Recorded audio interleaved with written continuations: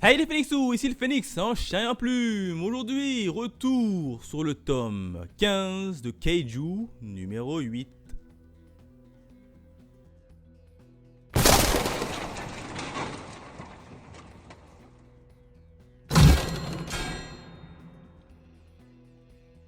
Comme d'habitude, retour sur la jaquette et les différents bonus. Sur la jaquette, on a qui? On a simplement Mina, la fameuse Mina, compagnon de toujours de Kafka Ibino, enfin compagnon, on va dire futur compagnon parce qu'on sait tous, il se kiffe. Hein. Quatrième de couverture, il y a son fameux lion qui est toujours avec elle. Quand on ouvre la page, eh ben, on a une petite page en couleur, on a même deux pages en couleur. On a dans un premier temps le fameux duo, le meilleur duo pour moi de Kaiju number 8, c'est tout simplement Mina et Oshina. Les deux là, franchement, ils se complètent bien. Une qui est plutôt forte de loin, l'autre qui est plutôt fort en combat rapproché. Les deux, ils se complètent plutôt bien et franchement, ils sont stylés. L'image est assez stylée.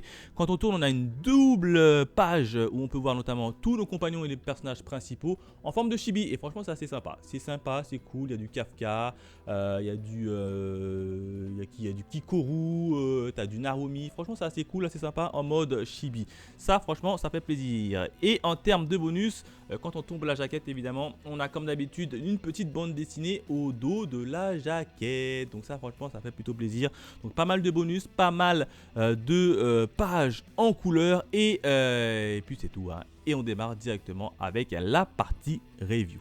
Qu'est-ce qui s'est passé dans le tome 15, l'avant-dernier tome de Kaiju numéro 8? Eh bien, trois événements. Le premier événement, j'ai envie de l'intituler comme étant l'origine du pouvoir du Kaiju numéro 9. Ça y est, on sait enfin d'où provient le Kaiju numéro 9 et d'où provient son fameux pouvoir. Et bien là, tout simplement, on s'était quitté dans le tome précédent, on avait tout simplement Kafka qui avait mis une petite droite sur le noyau du Kaiju numéro 9. Et puis là, tu te dis, tiens, c'est bizarre, c'est peut-être la fin. Et ben non, que nenni. Alors même si Kafka a broyé son fameux noyau, là, tu te dis, c'est bon, et il a gagné. Et ben non, tout d'un coup, eh ben Kafka, il est transporté dans un autre monde. Ah ouais, là ça se passe maintenant dans un manga un peu isekai. Hein. Il est transporté dans un autre monde et là on comprend très vite qu'en fait il est transporté dans le passé à la naissance du fameux Kaiju numéro 9. Et puis là, Kafka, il va se transporter un peu dans le Moyen-Âge et il va faire directement la rencontre du fameux Kaiju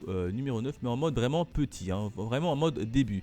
Là, on nous explique comme quoi le fameux Kaiju numéro 9, ben en fait, il était là, il était créé, enfin, il se cachait des humains, hein, et puis un jour, il a commencé à buter un humain et puis il s'est dit tiens c'est bizarre en fait je suis beaucoup plus fort que parce qu'au départ il se pensait qu'il était plus faible donc il avait peur, il se cachait et puis là il a tué un chasseur je crois et puis depuis qu'il a tué un chasseur ben, il voulait tout le temps en apprendre un peu plus sur les fameux humains et puis là contre toute attente le fameux Kaiju il a commencé à buter des gens et puis il est tombé sur un autre Kaiju du nom de Merekei. Alors Merekei, c'est une espèce de gros kaiju qu'on le voit un peu caché dans la forêt. Et puis là, tu as le kaiju numéro 9 qui est tombé nez à nez avec lui. Et puis là, on nous explique comme quoi, eh ben, ce kaiju là, ça va être l'essence même du kaiju numéro 9. Ça va être son fameux pouvoir original. Et puis là, tout d'un coup, on ne sait pas comment, mais le Kaiju Merekei s'est retrouvé dans le corps du numéro 9. Et le fait que Kafka ait brisé en fait le noyau du Kaiju numéro 9, et ben ça a peu mis instable tous les Kaiju qui comportait dans son corps et ça a libéré le fameux Kaiju originel Merekei qui va évidemment prendre la place du Kaiju numéro 9. Donc là, on nous dit comme quoi le Kaiju numéro 9 est définitivement mort. Ah, c'est foutu, même lui il a dit bravo Kafka, tu as gagné, tu as réussi à me battre. Et puis d'un coup, eh ben, tu as le fameux Merekei qui a surgi du corps du numéro 9 et qui a un peu chopé la place du numéro 9.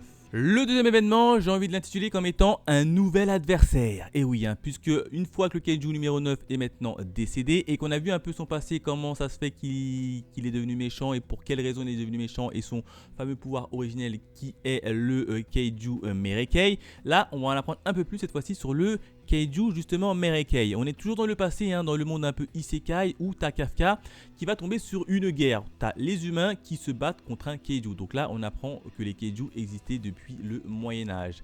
Et puis là t'as les humains qui arrivent plutôt bien à se défendre avec que des petites barres de fer, des lances, etc. Ils arrivent à mettre à terre tout simplement un Keiju. Et puis dès que le Keiju il est mort, et ben dans le corps du Keiju est surgi tout simplement le fameux Keiju Merekei. Et oui, hein, le Keiju Merekei il a surgi et là il a décimé tout le monde.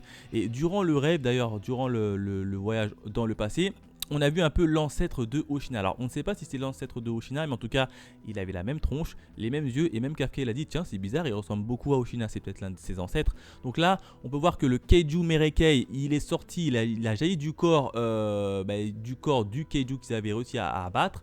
Et puis là il a détruit tout le monde son passage, maison, enfants, famille, femmes. Et puis là évidemment, tu as toute la rancœur, si vous préférez, des gens qui sont décédés.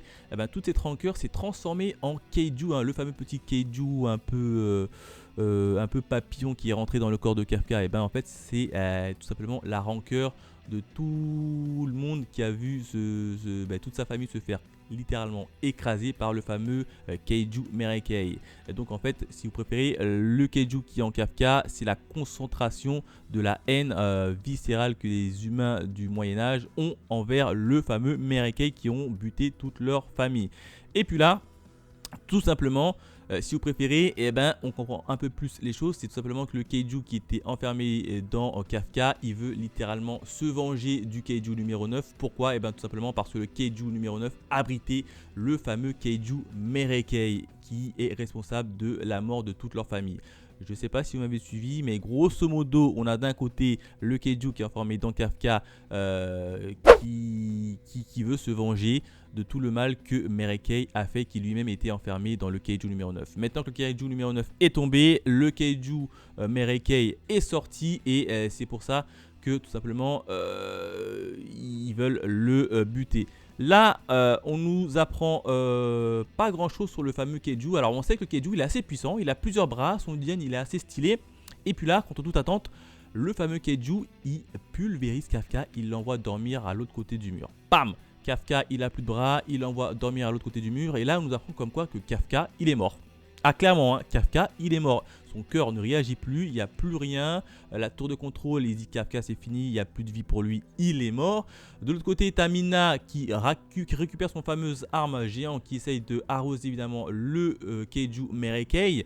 Sauf que celui-ci découpe son arme d'une manière folle. Évidemment, Mina, elle est un peu dépassée, elle ne peut plus strictement rien faire.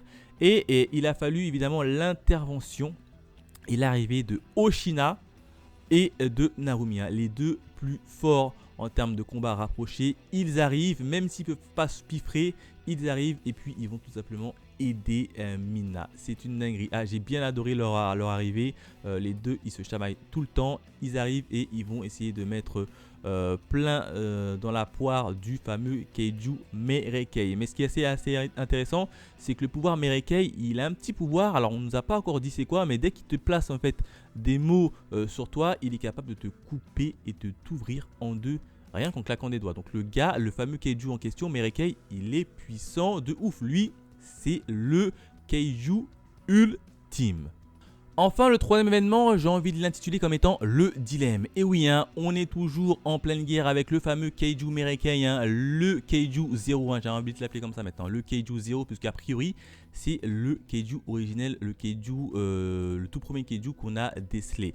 Donc là, le fameux Keiju 0, il est en prise avec Oshina et Narumi. Je vous rappelle, hein, Oshina et Narumi, les deux plus forts, on va dire comme ça, en termes de combat rapproché, ils peuvent pas se piffrer, mais ils ont mis leur ego de côté pour essayer de pulvériser le fameux Keiju 0. Pendant ce temps-là, tu as Kafka qui est sur le côté, qui fait toujours dodo à côté de Mina. Et puis là, très sincèrement, on va tout simplement voir le Keiju qui est à l'intérieur du corps de Kafka, qui va lui rendre son cœur. Il va lui tendre son cœur comme ça, il va dire tiens Kafka, on comptait évidemment tout rendre ton cœur. Une fois qu'on aurait battu le Keiju 0, on aurait évidemment rendu ton cœur et on t'aurait libéré de l'entrainte de la transformation du Keiju numéro 8. Et puis là, il nous dit comme quoi malheureusement ton noyau a été détruit. Donc il y a deux solutions. Soit je te rends ton cœur et tu redeviens humain et puis tu resteras humain toute ta vie. Soit je te rends ton cœur et ben ce cœur là il va se transformer en noyau et tu vas redevenir un kaiju. Mais attention,